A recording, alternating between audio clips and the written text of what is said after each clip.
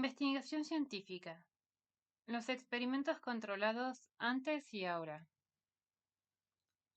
Un experimento clásico del físico italiano Francesco Redi, 1621-1697, demuestra bellamente el método científico y ejemplifica el principio de la causalidad natural en el que se basa la ciencia moderna.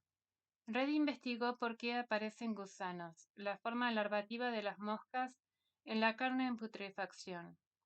En la época de Redi, la aparición de gusanos en la carne se consideraba evidencia de generación espontánea, la creación de seres vivos a partir de la materia inerte. Redi observó que las moscas pululaban alrededor de la carne fresca y que aparecían gusanos en la carne que se abandonaba algunos días.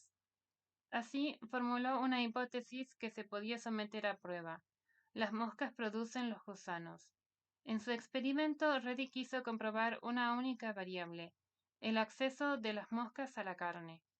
Por tanto, tomó 2 frascos limpios y los llenó con cantidades parecidas de carne. Dejó un frasco destapado, el frasco control, y cubrió el otro con gasa para que no entraran las moscas, el frasco experimental.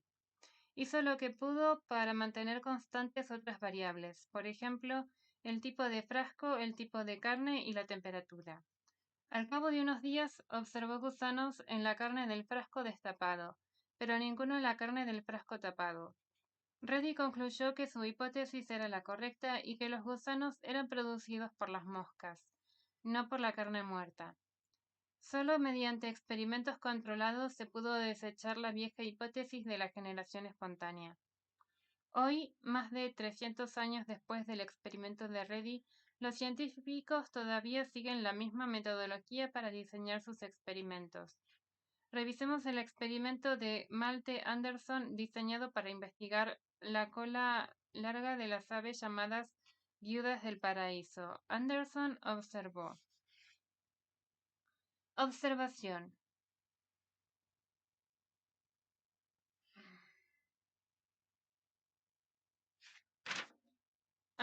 Perdón. Anderson observó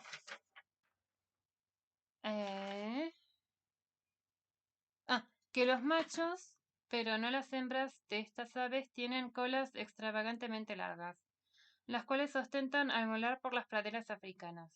Esta observación llevó a Anderson a formular una pregunta. ¿Por qué en particular solo los machos tienen colas largas? Su hipótesis fue que los machos tienen la cola larga porque las hembras prefieren aparearse con machos de cola larga, los cuales tienen entonces más descendientes con tal cola que los machos de cola corta. A partir de esta hipótesis, Anderson predijo que si era verdadera, entonces más hembras pondrían nidos en el territorio de machos con la cola alargada artificialmente que en el territorio de machos con la cola acortada, también en forma artificial. Así atrapó varios machos, les cortó la cola aproximadamente a la mitad de su longitud y los liberó. Grupo experimental 1. A otro grupo de machos le pegó las plumas que le cortaron a los primeros como extensiones de su cola. Grupo experimental 2. Por último, Anderson dispuso 2 grupos control. En uno cortó y volvió a pegar la cola para controlar el efecto de atrapar a las aves y manipular sus plumas. En el otro simplemente capturó y soltó a las aves. El investigador se esforzó en que la longitud de la cola fuera la única variable que cambiara. Después de unos días, Anderson contó el número de nidos que habían puesto las hembras en el territorio de cada tipo de macho. Descubrió que había más nidos en el territorio de los machos con las colas alargadas, que había menos en el de los machos con colas recortadas, y que había una cifra intermedia en el territorio de los machos control, con colas de tamaño normal.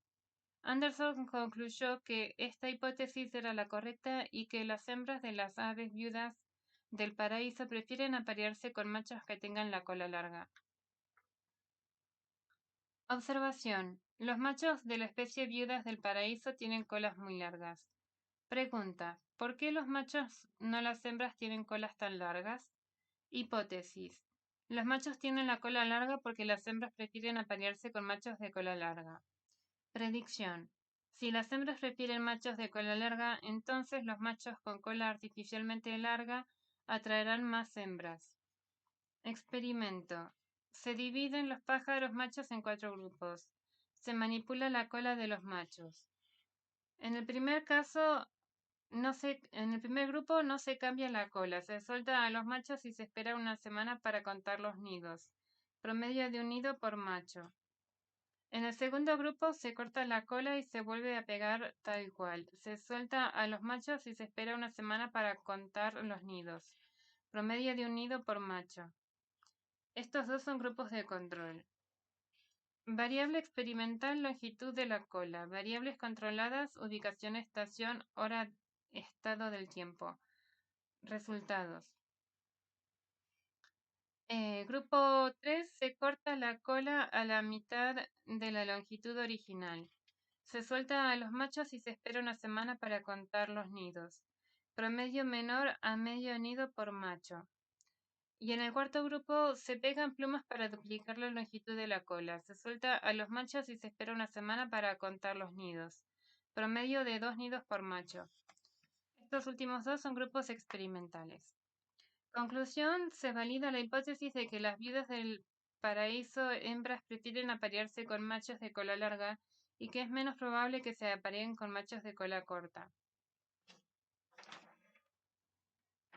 Y en la página anterior decía, observación, las moscas pululan en la carne dejada a la intemperie. Aparecen gusanos en la carne. Pregunta, ¿de dónde salen los gusanos en la carne? Hipótesis. Las moscas producen los gusanos. Predicción.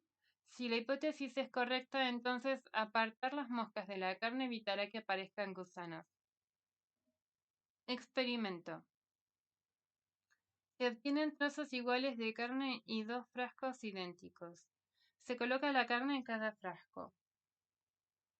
A continuación digo, la variable experimental, la gasa impide que las moscas entren, las variables controladas, tiempo, temperatura, lugar y los resultados.